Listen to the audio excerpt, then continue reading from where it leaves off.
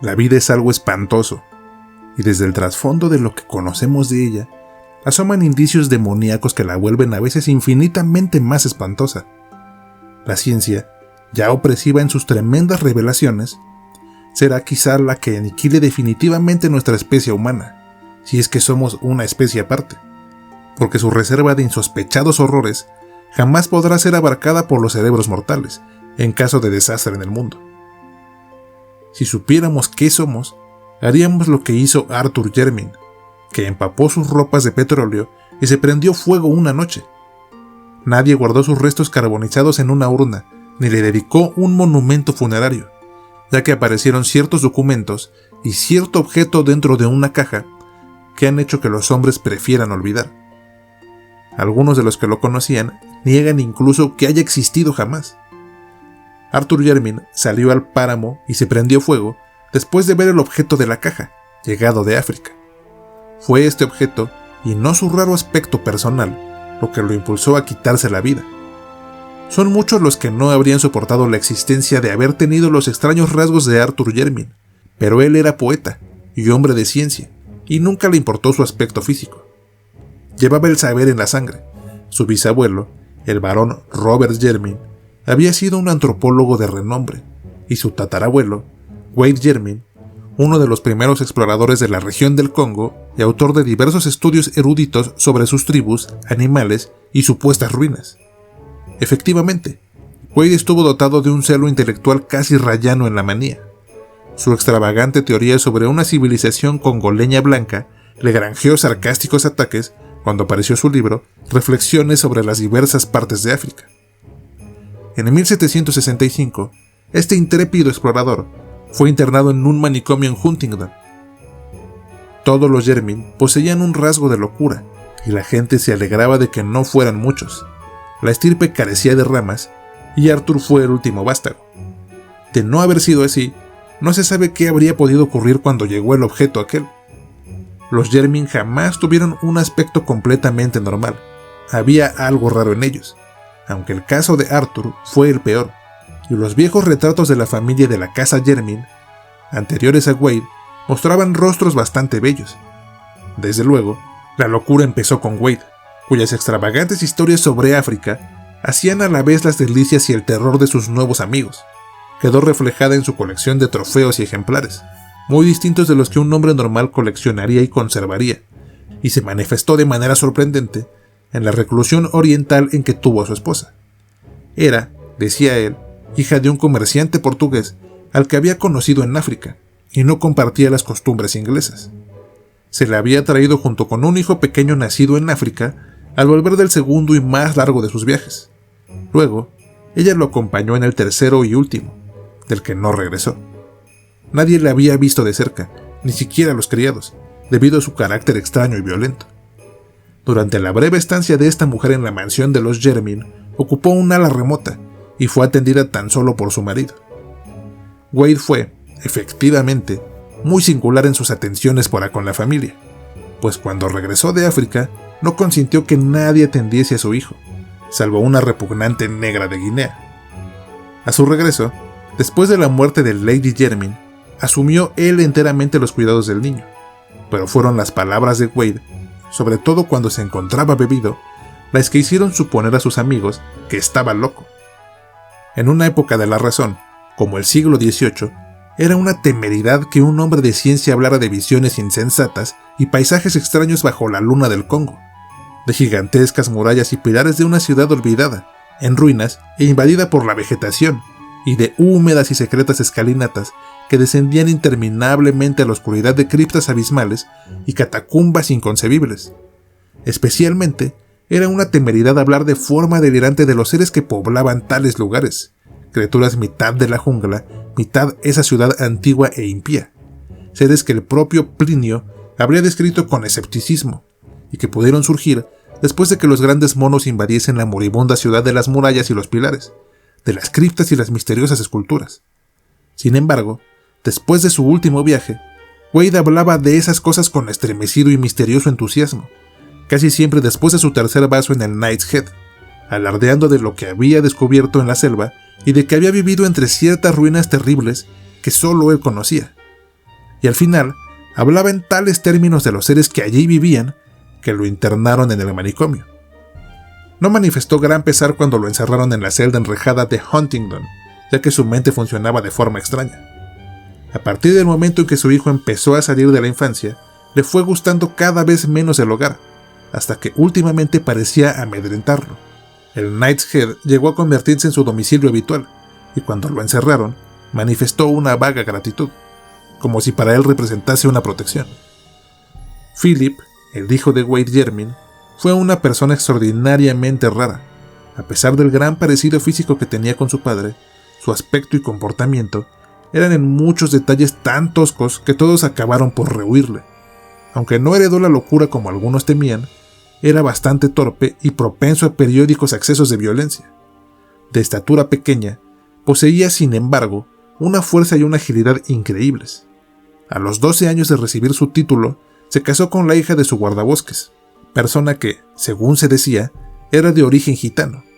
Pero antes de nacer su hijo, se alistó en la Marina de Guerra, como simple marinero, lo que colmó la repugnancia general que sus costumbres y su unión habían despertado. Al terminar la Guerra de América, se corrió el rumor de que iba de marinero en un barco mercante que se dedicaba al comercio en África, habiendo ganado buena reputación con sus proezas de fuerza y soltura para trepar. Pero finalmente desapareció una noche, cuando su barco se encontraba fondeando frente a la costa del Congo. Con el hijo de Philip Jermyn, la ya reconocida peculiaridad familiar adoptó un sesgo extraño y fatal. Alto y bastante agraciado, con una especie de misteriosa gracia oriental, pese a sus proporciones físicas un tanto singulares, Robert Jermyn inició una vida de erudito e investigador. Fue el primero en estudiar científicamente la inmensa colección de reliquias que su abuelo demente había traído de África, haciendo célebre el apellido en el campo de la etnología y la exploración. En 1815, Robert se casó con la hija del séptimo vizconde de Brightholm, con cuyo matrimonio recibió la bendición de 3 hijos, el mayor y el menor, de los cuales jamás fueron vistos públicamente a causa de sus deformidades físicas y psíquicas. Abrumado por estas desventuras, el científico se refugió en su trabajo e hizo 2 largas expediciones al interior de África. En 1849, su segundo hijo, Neville, persona especialmente repugnante que parecía combinar el mal genio de Philip Jermyn y la hauteur de los Brightholm, se fugó con una vulgar bailarina, aunque fue perdonado a su regreso un año después. Volvió a la mansión Jermyn, viudo, con un niño, Alfred, que sería con el tiempo padre de Arthur Jermyn. Decían sus amigos que fue esta serie de desgracias lo que trastornó el juicio de Robert Jermyn, aunque probablemente la culpa estaba tan solo en ciertas tradiciones africanas. El maduro científico había estado recopilando leyendas de las tribus Onga, próximas al territorio explorado por su abuelo y por él mismo, con la esperanza de explicar de alguna forma las extravagantes historias de Wade sobre una ciudad perdida habitada por extrañas criaturas. Cierta coherencia en los singulares escritos de su antepasado sugería que la imaginación del loco pudo haber sido estimulada por los mitos nativos. El 19 de octubre de 1852, el explorador Samuel Seaton visitó la mansión de los Jermyn llevando consigo un manuscrito y notas recogidas entre los Onga, convencido de que podían ser de utilidad al etnólogo ciertas leyendas acerca de una ciudad gris de monos blancos gobernada por un dios blanco. Durante su conversación, debió de proporcionarle sin duda muchos detalles adicionales, cuya naturaleza jamás llegará a conocerse, dada la espantosa serie de tragedias que sobrevinieron de repente. Cuando Robert Jermyn salió de su biblioteca, dejó tras de sí el cuerpo estrangulado del explorador, y antes de que consiguieran detenerlo, había puesto fin a la vida de sus 3 hijos, los 2 que no habían sido vistos jamás, y el que se había fugado, Neville Jermyn, murió defendiendo a su hijo de 2 años, cosa que consiguió, y cuyo asesinato entraba también, al parecer, en las locas maquinaciones del anciano.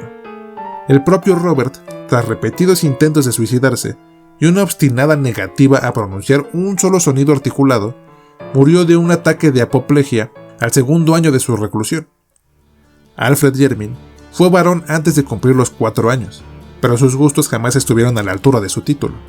A los 20, se había unido a una banda de músicos, y a los 36, había abandonado a su mujer y a su hijo para enrolarse en un circo ambulante americano.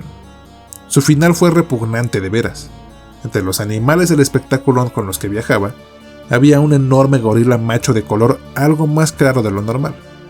Era un animal sorprendentemente tratable y de gran popularidad entre los artistas de la compañía. Alfred Jermyn se sentía fascinado por este gorila, y en muchas ocasiones los dos se quedaban mirándose a los ojos largamente a través de los barrotes. Finalmente, Jermyn consiguió que le permitiesen adiestrar al animal, asombrando a los espectadores y a sus compañeros con su éxito. Una mañana, en Chicago, cuando el gorila y Alfred Jermyn ensayaban un combate de boxeo muy ingenioso, el primero propinó al segundo un golpe más fuerte de lo habitual, lastimándole el cuerpo y la dignidad del domador aficionado. Los componentes de el mayor espectáculo del mundo prefieren no hablar de lo que siguió. No se esperaban el grito escalofriante e inhumano que profirió Alfred, ni verlo agarrar a su torpe antagonista con ambas manos, arrojarlo con fuerza contra el suelo de la jaula y morderlo furiosamente en la garganta peluda. Había cogido al gorila desprevenido, pero este no tardó en reaccionar, y antes de que el domador oficial pudiese hacer nada, el cuerpo que había pertenecido a un varón había quedado irreconocible. Arthur Jermyn era hijo de Alfred Jermyn y de una cantante de music hall de origen desconocido. Cuando el marido y padre abandonó a su familia, la madre llevó al niño a la casa de los Jermyn, donde no quedaba nadie que pusiera su presencia. No carecía ella de ideas sobre lo que debe ser la dignidad de un noble, y cuidó que su hijo recibiese la mejor educación que su limitada fortuna le podía proporcionar. Los recursos familiares eran ahora dolorosamente exiguos, y la casa de los Jermyn había caído en penosa ruina. Pero el joven Arthur amaba el viejo edificio con todo lo que contenía. A diferencia de los Jermyn anteriores, era poeta y soñador. Algunas de las familias de la vecindad que habían oído contar historias sobre la invisible esposa portuguesa de Wade Jermyn afirmaban que estas aficiones suyas revelaban su sangre latina, pero la mayoría de las personas se burlaban de su sensibilidad ante la belleza, atribuyéndola a su madre cantante, a la que no habían aceptado socialmente. La delicadeza poética de Arthur Jermyn era mucho más notable si se tenía en cuenta su tosco aspecto personal. La mayoría de los Jermyn había tenido una pinta sutilmente extraña y repelente, pero el caso de Arthur era asombroso. Es difícil decir con precisión a qué se parecía. No obstante, su expresión, su ángulo facial y la longitud de sus brazos producían una viva repugnancia entre los que lo veían por primera vez. La inteligencia y el carácter de Arthur Jermyn, sin embargo, compensaban su aspecto. Culto y dotado de talento, alcanzó los más altos honores en Oxford y parecía destinado a restituir la fama intelectual a la familia. Aunque de temperamento más poético que científico, proyectaba continuar la obra de sus antepasados en arqueología y etnología africanas, utilizando la prodigiosa aunque extraña colección de Wade. Llevado de su mentalidad imaginativa, pensaba a menudo en la civilización prehistórica en la que el explorador loco había creído absolutamente, y tejía relato tras relato en torno a la silenciosa ciudad de la selva mencionada en las últimas y más extravagantes anotaciones, pues las brumosas palabras sobre una atroz y desconocida raza de híbridos de la selva le producían un extraño sentimiento mezcla de terror y atracción al especular sobre el posible fundamento de semejante fantasía y tratar de extraer alguna luz de los gatos recogidos por su bisabuelo entre los Onga. En 1911, después de la muerte de su madre, Arthur Jermyn decidió proseguir sus investigaciones hasta el final. Vendió parte de sus propiedades a fin de obtener el dinero necesario, preparó una expedición y zarpó con destino al Congo. Contrató a un grupo de guías con ayudas de las autoridades belgas y pasó un año en las regiones de Onga y Kaliri, donde descubrió muchos más datos de los que él esperaba. Entre los Kaliri había un anciano jefe llamado Muano, que poseía no solo una gran memoria, sino un grado de inteligencia excepcional y un gran interés por las tradiciones antiguas. Este anciano confirmó la historia que Jermyn había oído, añadiendo su propio relato sobre la ciudad de piedra y los monos blancos, tal como él había oído contar. Según Muano, la ciudad gris y las criaturas híbridas habían desaparecido, aniquiladas por los belicosos Bangus hacía muchos años. Esta tribu, después de destruir la mayor parte de los edificios y matar a todos los seres vivientes, se había llevado a la diosa disecada que había sido el objeto de la incursión, la diosa mono blanca, a la que adoraban los extraños seres, y cuyo cuerpo atribuían a las tradiciones del Congo, a la que había reinado como princesa entre ellos. Muano no tenía idea del aspecto que debieron tener aquellas criaturas blancas y simiescas, pero estaba convencido de que eran ellas quienes habían construido la ciudad en ruinas. Jermyn no pudo formarse una opinión clara. Sin embargo, después de numerosas preguntas, consiguió una pintoresca leyenda sobre la diosa disecada. La princesa Mono, se decía, se convirtió en esposa de un gran dios blanco llegado de Occidente. Durante mucho tiempo, reinaron juntos en la ciudad, pero al nacerles un hijo, se marcharon de la región. Más tarde, el dios y la princesa habían regresado, y a la muerte de ella, su divino esposo había ordenado momificar su cuerpo, entronizándolo en una inmensa construcción de piedra donde fue adorado. Luego volvió a marcharse solo. La leyenda presentaba aquí 3 variantes. Según una de ellas, no ocurrió nada más, salvo que la diosa disecada se convirtió en símbolo de supremacía por la tribu que la poseyera. Este era el motivo por el que los Mangus se habían apoderado de ella. Una segunda versión aludía al regreso del dios y su muerte a los pies de la entronizada esposa. En cuanto a la tercera, hablaba del retorno del hijo, ya hombre, o mono, o dios, según el caso, aunque ignorante de su identidad. Sin duda, los imaginativos negros habían sacado el máximo partido de lo que subyacía debajo de tan extravagante leyenda, fuera lo que fuese. Arthur Jermyn no dudó ya de la existencia de la ciudad que el viejo Wade había descrito, y no se extrañó cuando a principios de 1912 dio con lo que quedaba de ella. Comprobó que se habían exagerado sus dimensiones, pero las piedras esparcidas probaban que no se trataba de un simple poblado negro. Por desgracia, no consiguió encontrar representaciones escultóricas, y lo exiguo de la expedición impidió emprender el trabajo de despejar el único pasadizo visible que parecía conducir a cierto sistema de criptas que Wade mencionaba. Preguntó a todos los jefes nativos de la región acerca de los monos blancos y a la diosa momificada, pero fue un europeo quien pudo ampliar los datos que le había proporcionado el viejo Muano. Un agente belga de una factoría del Congo, M. Verheiren, creía que podía no solo localizar, sino conseguir también a la diosa momificada, de la que había oído hablar vagamente, dado que los en otro tiempo poderosos Mbangus eran ahora sumisos siervos del gobierno del rey Alberto, y sin mucho esfuerzo podría convencerlos para que se desprendieran de la horrenda deidad de la que se habían apoderado. Así que cuando Jermyn zarpó para Inglaterra, lo hizo con la gozosa esperanza de que en espacio de unos meses podría recibir la inestimable reliquia etnológica que confirmaría la más extravagante de las historias de su antecesor, que era la más disparatada de cuantas él había oído. Pero quizá los campesinos que vivían en la vecindad de la casa de los Jermyn habían oído historias aún más extravagantes aún a Wade alrededor de las mesas del Knight's Head. Arthur Jermyn aguardó pacientemente la esperada caja de M. Verheiren, estudiando entre tanto con creciente interés los manuscritos dejados por su loco antepasado. Empezaba a sentirse cada vez más identificado con Wade, y buscaba vestigios de su vida personal en Inglaterra, así como de sus hazañas africanas. Los relatos orales sobre la misteriosa y recluida esposa eran numerosos, pero no quedaba ninguna prueba tangible de su estancia en la mansión. Jermyn se preguntaba qué circunstancias pudieron proporcionar o permitir semejante desaparición, y supuso que la principal debió de ser la enajenación mental del marido. Recordaba que se decía que la madre de su tatarabuelo fue hija de un comerciante portugués establecido en África.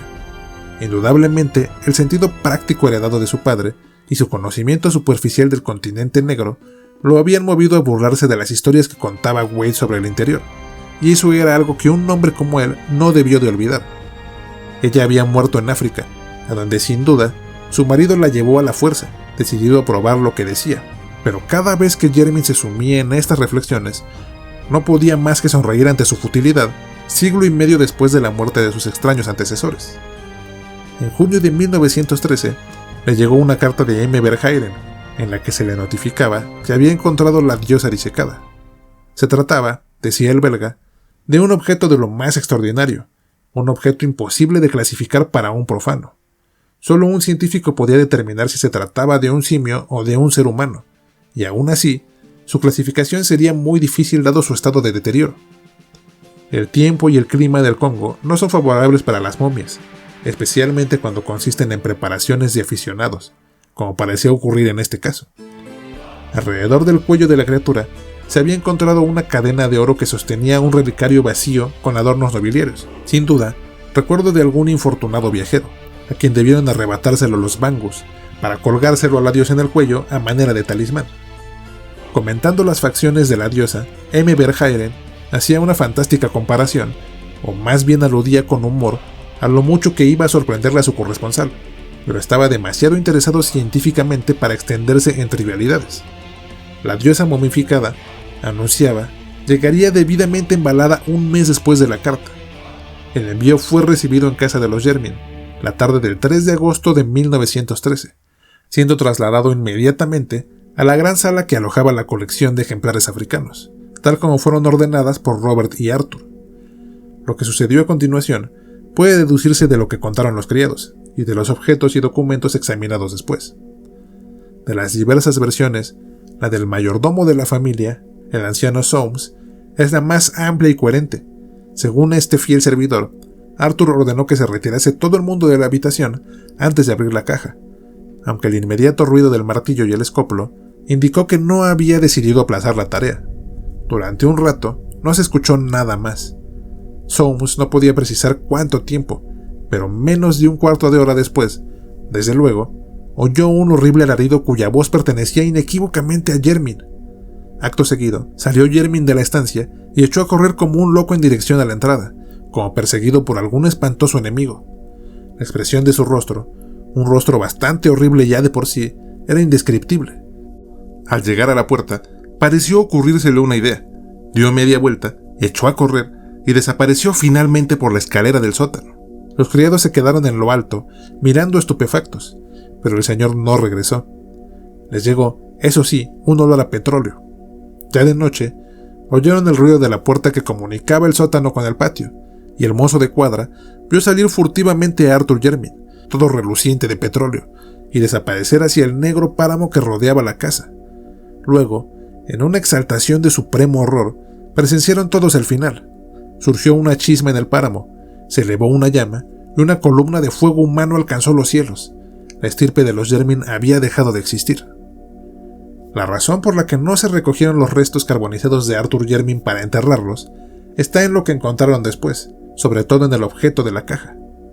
La diosa disecada constituía una visión nauseabunda, arrugada y consumida, pero era claramente un mono blanco momificado, de especie desconocida, menos peludo que ninguna de las variedades registradas e infinitamente más próximo al ser humano, asombrosamente próximo. Su descripción detallada resultaría sumamente desagradable, pero hay dos detalles que merecen mencionarse, ya que encajan espantosamente con ciertas notas de Wade Jermyn sobre las expediciones africanas y con las leyendas congoleñas sobre el dios blanco y la princesa mono. Los dos detalles en cuestión son estos. Las armas nobiliarias del relicario de oro que dicha criatura llevaba en el cuello eran las de los Jermyn, y la jocosa alusión de M. Verhaeren a cierto parecido que le recordaba el apergaminado rostro se ajustaba con vívido, espantoso e intenso horror, nada menos que al del sensible Arthur Jermyn, hijo del tataranito de Wade Jermyn y de su desconocida esposa. Los miembros del Real Instituto de Antropología quemaron aquel ser, arrojaron el relicario a un pozo, y algunos de ellos niegan que Arthur Jermyn haya existido jamás. Si quieres que alguna de tus historias o relatos aparezcan en Relatos Terroríficos y dónde encontrarlos, pueden mandármelas al correo elrincondelosmalditos795@gmail.com, donde las estaré leyendo gustoso, y si logran atraparme, seguramente les dé vida en un video como este. Por último, quiero invitarlos al Patreon del Rincón de los Malditos, y si gustan apoyarme, les estaré eternamente agradecido. Todas sus aportaciones serán destinadas a mejorar este canal y para impulsar los otros proyectos en los que estoy trabajando actualmente. De igual modo, un like, un comentario y compartir este video son acciones que me ayudan más de lo que se imaginan, y agradecería profundamente si pudieran ayudarme de esa manera. Muchas gracias si han llegado hasta este punto, y vuelvan pronto para escuchar más relatos terroríficos y dónde encontrarlos.